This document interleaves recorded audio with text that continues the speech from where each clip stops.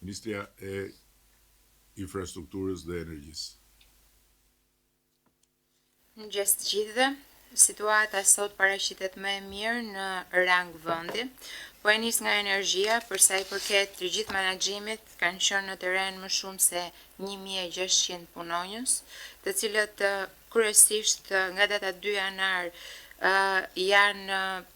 angazhuar në zonat më të prekura, që janë rajonet e Tiranës, Durrësit, Vlorës, Gjirokastrës dhe Elbasanit, ndërkohë nga ana tjetër gjithashtu është menaxhuar dhe veriu, por për shkak të investimeve që kemi bërë në veri, zonat kanë qenë më të mbrojtura dhe më pak problematik.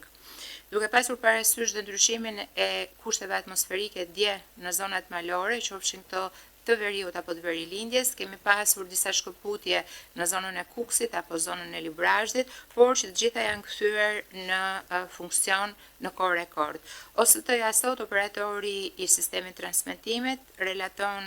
në raportin e orës 8 që të gjitha linjat janë funksionale, nuk kemi asnjë problematik për sa i përket transmetimit. Ndërkohë, për sa i përket tensionit të mesëm dhe tensionit të ulët, duhet kemi parasysh që gjatë ditës së djeshme, që ka qenë edhe dita kulmore e problematikave për sa i përket kushteve atmosferike, kemi arritur një total të ndërprerjes për 38.731 abonent. Kaq kanë qenë defektet, duke e krahasuar me totalin e të gjithë abonentëve që shkon deri në 1 milion. Ndërkohë që gjatë ditës së sotme është ulur numri, kemi vetëm 19.175 abonent në këto momente pranë raportin e orës 8 pa energji, të cilët ndahen në urban 4.786, në rural 10.030, ndërkohë që në rural i thellë 4.359 abonent. Synohet që në orët në vazhdim të gjitha këto të rikuperohen. Për sa i përket në stacioneve, janë të gjitha funksionale në rang vendi, përveç 2 stacioneve të cilat kanë akoma prezencë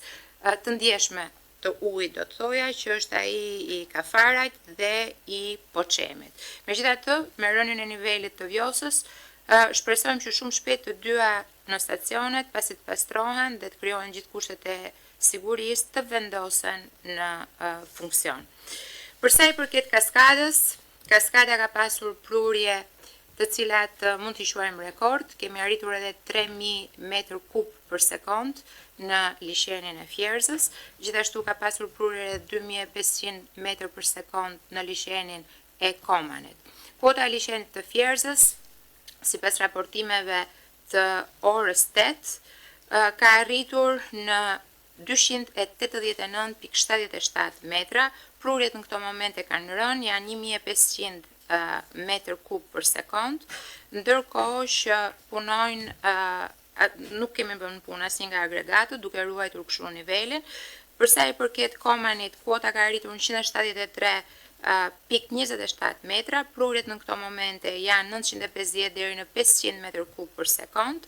ndërkohë që kemi një agregat në punë, ndërkohë që në vallën e Dejës kuota ka arritur 74.94 metra, prurjet në këto momente janë nga 690 deri në 60 metër kub për sekond,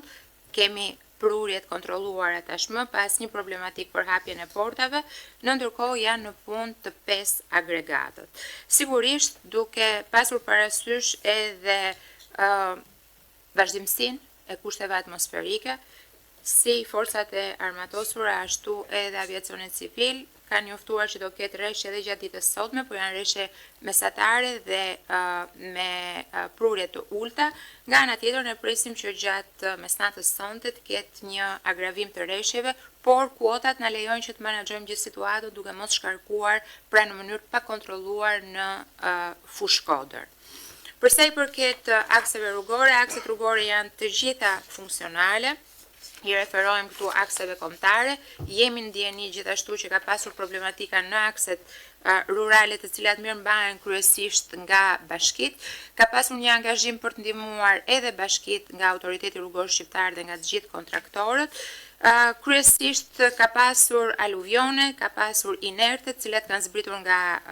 skarpatet e maleve, madje edhe rrugë që janë konsoliduara prej vitesh, siç është aksi nga Gjirokastra në Tepelen, në shkallën e Zez, së bashku me Mirelën dje kemi ndjekur gjithë situatën, kemi pasur aty rënje inertesh nga skarpatet, mbi skarpatet e kontrolluara të rrugëve, e përmendët dhe ju, fakti që kemi pasur shumë zjarre, fakti që ka mungesë bimësie në zonën e jugut e ka bërë shumë sfiduese situatën për mirëmbajtjen e rrugëve, megjithatë i gjithë territori është i aksesueshëm. Unë do përfitoja nga rasti për të bërë një thirrje, duke qenë se temperaturat janë ulur ndjeshëm 24 orët e fundit, kërkohet që të gjithë drejtuesit e automjeteve, të cilët aksesojnë zona ku ka prezencë ngritëse apo të bore, duhet përdorin gomat e dimrit ose zinxhirët sipas rastit dhe kërkesës. Policia e shtetit ka qenë gjatë gjithë kohës në komunikim, autoriteti rrugor gjithashtu, dhe është shumë e domosdoshme pasi vërejmë që nuk ka një sensitivitet për sa i përket përdorimit të gomave të dimrit, sidomos në zonat ku ka prezencë të ngritës, që është akoma dhe më e rrezikshme se nga bora. Përsa i përket aeroportit të Rinasit, aeroporti i Rinasit është totalisht funksional, vetëm gjatë datës 6 dhe 7 kemi pasur disa devijime të uljeve dhe ngritjeve nga Tirana dhe devijimet kanë ndodhur për shkak të shkarkimeve elektrike që kemi pasur gjatë dy ditëve për shkak të stuhis, ndërkohë që me rishjet e shiut situata është komplet e menaxhuar. Vonesat kanë qenë minimale, ndërkohë janë bërë lajmërime të herpasershme për të gjithë udhëtarët për t'i mbajtur ata në një informacion dhe për të mos pritur gjatë. Përsa i përket portit Durrësit ka qenë funksional, nuk kemi pasur problematika dhe vonesa, ndërkohë që në ditën e sotme në ulësirën perëndimore presim rritje shpejtësisë së erës.